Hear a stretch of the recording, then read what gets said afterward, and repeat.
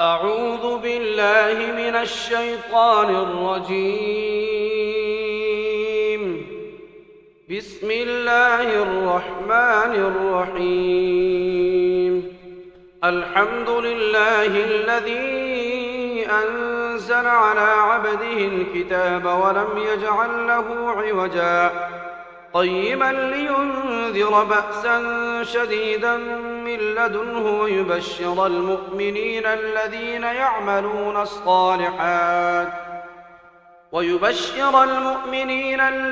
يعملون الصالحات أن لهم أجرا حسنا ماكثين فيه أبدا، وينذر الذين قالوا اتخذ الله ولدا ما لهم به من علم ولا لآبائهم، كبرت كلمة تخرج من أفواههم إن يقولون إلا كذبا. فلعلك باخع نفسك على آثارهم إن لم يؤمنوا بهذا الحديث أسفا. إنا جعلنا ما على الأرض زينة لها لنبلوهم أيهم أحسن عملا، وإنا لجاعلون ما عليها صعيدا جرزا. أم حسبت أن أصحاب الكهف والرقيم كانوا من آياتنا عجبا، إذ أوى الفتية إلى الكهف فقالوا ربنا آتنا من لدنك رحمة وهيئ لنا من أمرنا رشدا.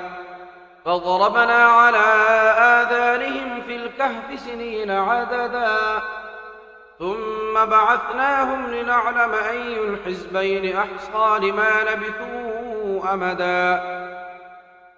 نحن نقص عليك نبأهم بالحق، إنهم فتية آمنوا بربهم وزدناهم هدى. وربطنا على قلوبهم إذ قاموا فقالوا ربنا رب السماوات والأرض لن ندعو من دونه إلها لقد قلنا إذا شططا. هؤلاء قوم اتخذوا من دونه آلهة لولا يأتون عليهم بسلطان بين، فمن أظلم ممن افترى على الله كذبا. وإذ اعتزلتموهم وما يعبدون إلا الله فأووا إلى الكهف ينشر لكم ربكم من رحمته ويهيئ لكم من أمركم مرفقا. وترى الشمس إذا طلعت تزاور عن كهفهم ذات اليمين وإذا غربت تقرضهم ذات الشمال وهم في فجوة منه، ذلك من آيات الله، من يهد الله فهو المهتد، ومن يضلل فلن تجد له وليا مرشدا. وتحسبهم أيقاظا وهم رقود ونقلبهم ذات اليمين وذات الشمال وكلبهم باسط ذراعيه بالوصيد، لو اطلعت عليهم لوليت منهم فرارا ولملئت منهم رعبا.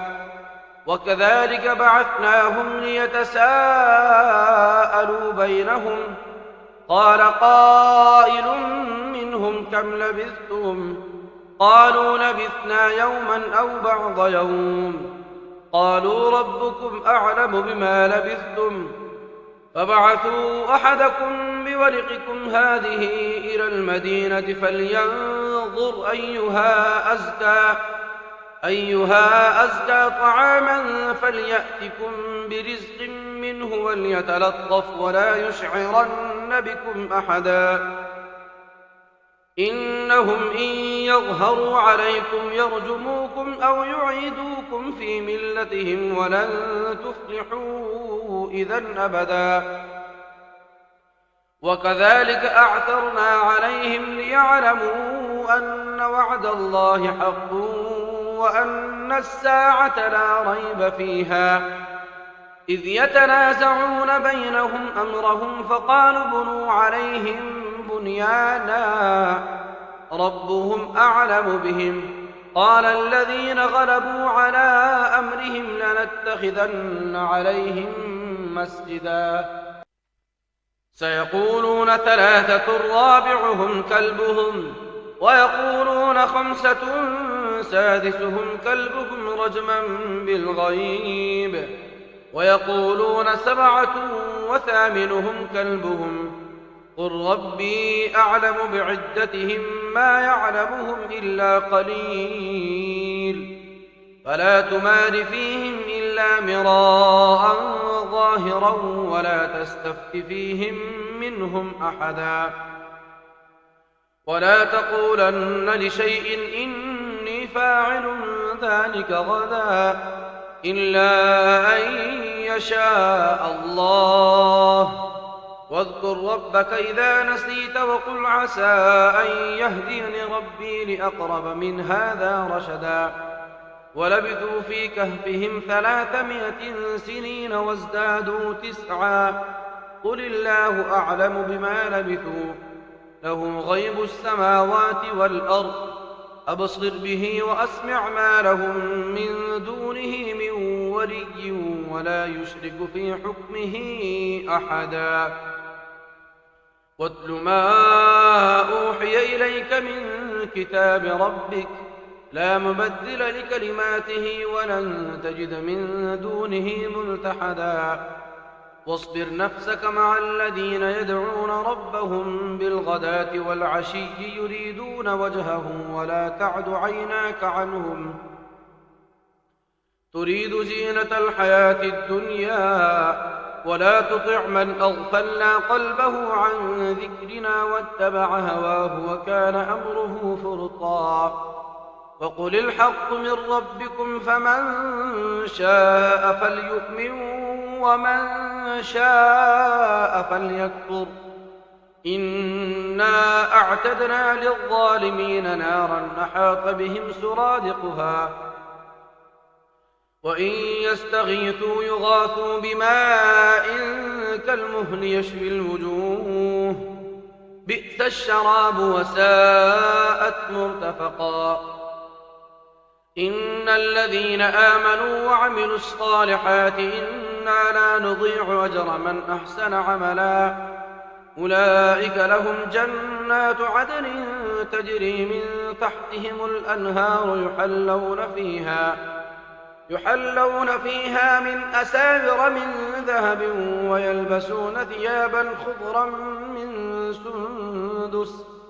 خضرا من سندس واستبرق متكئين فيها على الأرائك نعم الثواب وحسنت مرتفقا واضرب لهم مثل الرجلين جعلنا لأحدهما جنتين من أعناب وحففناهما بنخل وجعلنا بينهما زرعا كلتا الجنتين آتت أكلها ولم تظلم منه شيئا وفجرنا خلالهما نهرا وكان له ثمر فقال لصاحبه وهو يحاوره أنا أكثر منك مالا وأعز نفرا ودخل جنته وهو ظالم لنفسه قال ما أظن أن تبيد هذه أبدا وما أظن الساعة قائمة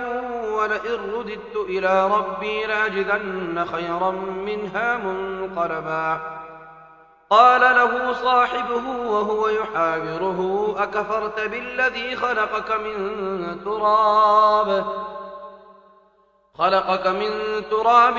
ثم من نطفة ثم سواك رجلا لكن هو الله ربي ولا أشرك بربي أحدا ولولا إذ دخلت جنتك قلت ما شاء الله لا قوة إلا بالله إن ترني أنا أقل منك مالا وولدا فعسى ربي أن يؤتيني خيرا من جنتك ويرسل عليها حسبانا ويرسل عليها حسبانا من السماء فتصبح صعيدا زلقا أو يصبح ماؤها غورا فلن تستطيع له طلبا وأحيط بثمره فأصبح يقلب كفيه على ما أنفق فيها وهي خاوية على عروشها ويقول يا ليتني لم أشرك بربي أحدا ولم تكن له فئة ينصرونه من دون الله وما كان منتصرا هنالك الولاية لله الحق هو خير ثوابا وخير عقبا واضرب لهم مثل الحياة الدنيا كماء إن أنزلناه من السماء فاختلط به نبات الأرض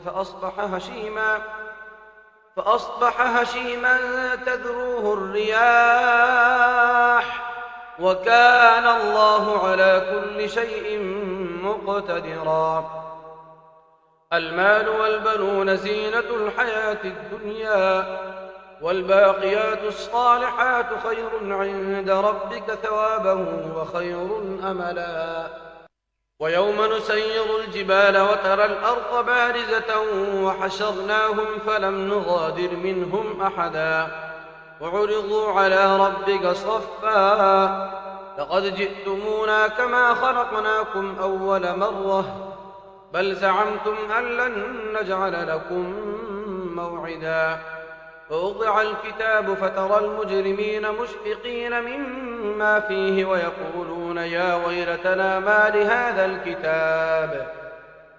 ما لهذا الكتاب لا يغادر صغيرة ولا كبيرة إلا أحصاها ووجدوا ما عملوا حاضرا ولا يظلم ربك أحدا وإذ قلنا للملائكة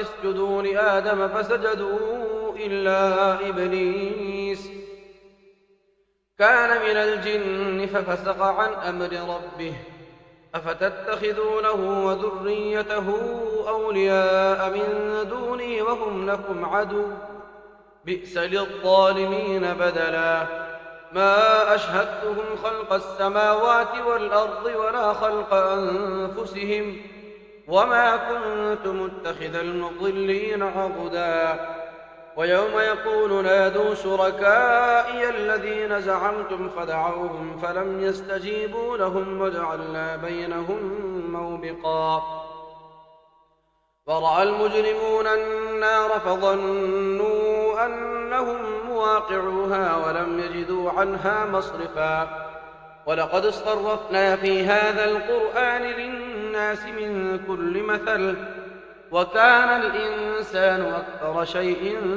جدلا وما منع الناس أن يؤمنوا إذ جاءهم الهدى ويستغفروا ربهم إلا أن تأتيهم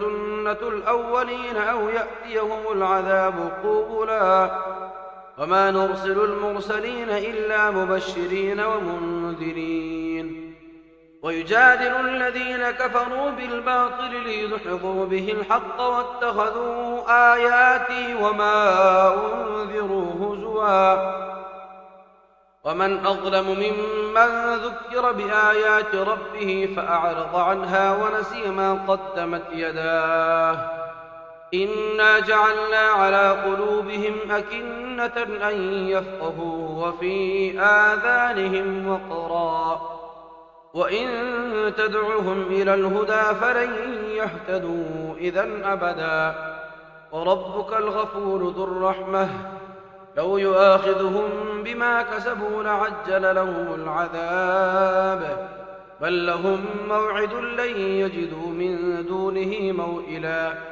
وتلك القرى أهلكناهم لما ظلموا وجعلنا لمهلكهم موعدا وإذ قال موسى لفتاه لا أبرح حتى أبلغ مجمع البحرين أو أمضي حقبا فلما بلغا مجمع بينهما نسيا حوتهما فاتخذ سبيله في البحر سربا فلما جاوزا قال لفتاه آتنا غداءنا لقد لقينا من سفرنا هذا نصبا. قال أرأيت إذ أوينا إلى الصخرة فإني نسيت الحوت وما أنسانيه إلا الشيطان أن نذكره واتخذ سبيله في البحر عجبا. قال ذلك ما كنا نبغي فارتدا على آثارهما قصصا فوجدا عبدا من عبادنا آتيناه رحمة من عندنا وعلمناه من لدنا علما. قال له موسى هل أتبعك على أن تعلمني مما علمت رشدا؟ قال إنك لن تستطيع معي صبرا وكيف تصبر على ما لم تحط به خبرا؟ قال ستجدني إن شاء الله صابرا ولا أعصي لك أمرا. قال فإن اتبعتني فلا تسألني عن شيء حتى أحدث لك منه ذكرا. فانطلقا حتى إذا ركبا في السفينة خرقها قال أخرقتها لتغرق أهلها لقد جئت شيئا إمرا. قال ألم أقل إنك لن تستطيع معي صبرا؟ قال لا تؤاخذني بما نسيت ولا ترهقني من أمري عسرا. فانطلقا حتى إذا لقيا غلاما فقتله قال قتلت نفسا زكية بغير نفس لقد جئت شيئا نكرا. قال ألم نقل لك إنك لن تستطيع معي صبرا؟ قال إن سألتك عن شيء بعدها فلا تصاحبني قد بلغت من لدني عذرا. فانطلقا حتى إذا أتيا أهل قرية استطعما أهلها فابوا أن يضيفوهما فوجدا فيها جدارا يريد أن ينقض فأقامه. قال لو شئت لاتخذت عليه أجرا. قال هذا فراق بيني وبينك سأنبئك بتأويل ما لم تستطع عليه صبرا. أما السفينة فكانت لمساكين يعملون في البحر فأردت أن أعيبها وكان وراءهم ملك يأخذ كل سفينة غصبا. وأما الغلام فكان أبواه مؤمنين فخشينا أن يرهقهما طغيانا وكفرا فأردنا أن يبدلهما ربهما خيرا منه زكاة وأقرب رحما. وأما الجدار فكان لغلامين يتيمين في المدينة وكان تحته كنز لهما وكان أبوهما صالحا فأراد ربك أن يبلغا أشدهما ويستخرجا كنزهما رحمة من ربك وما فعلته عن أمري ذلك تأويل ما لم تستطع عليه صبرا. ويسألونك عن ذي القرنين قل سأتلو عليكم منه ذكرا.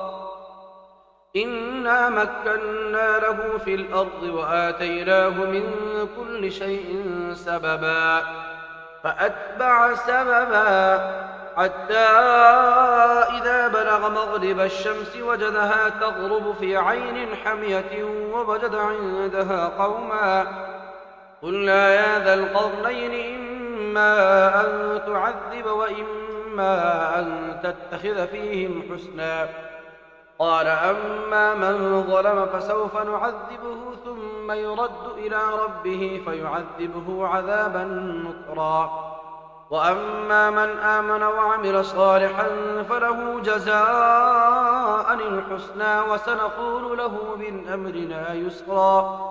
ثم أتبع سببا حتى إذا بلغ مطلع الشمس وجدها تطلع على قوم لم نجعل لهم من دونها سترا. كذلك وقد أحطنا بما لديه خبرا. ثم أتبع سببا حتى إذا بلغ بين السدين وجد من دونهما قوما لا يكادون يفقهون قولا. قالوا يا ذا القرنين إن يأجوج ومأجوج مفسدون في الأرض فهل نجعل لك خرجا على أن تجعل بيننا وبينهم سدا.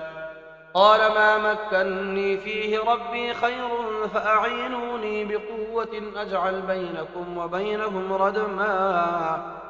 آتوني زبر الحديد حتى إذا ساوى بين الصدفين قال انفخوا حتى إذا جعله نارا قال آتوني أفرغ عليه قطرا. فما استطاعوا أن يظهروه وما استطاعوا له نقبا. قال هذا رحمة من ربي فإذا جاء وعد ربي جعله دكا وكان وعد ربي حقا. وتركنا بعضهم يومئذ يموج في بعض ونفخ في الصور فجمعناهم جمعا وعرضنا جهنم يومئذ للكافرين عرضا. الذين كانت أعينهم في غطاء عن ذكري وكانوا لا يستطيعون سمعا. أفحسب الذين كفروا أن يتخذوا عبادي من دوني أولياء إنا أعتدنا جهنم للكافرين نزلا. قل هل ننبئكم بالأخسرين أعمالا الذين ضل سعيهم في الحياة الدنيا وهم يحسبون أنهم يحسنون صنعا. أولئك الذين كفروا بآيات ربهم ولقائه فحبطت أعمالهم فلا نقيم لهم يوم القيامة وزنا. ذلك جزاؤهم جهنم بما كفروا واتخذوا آياتي ورسلي هزوا. إن الذين آمنوا وعملوا الصالحات كانت لهم جنات الفردوس نزلا خالدين فيها لا يبغون عنها حولا. قل لو كان البحر مدادا لكلمات ربي لنفذ البحر قبل أن تنفذ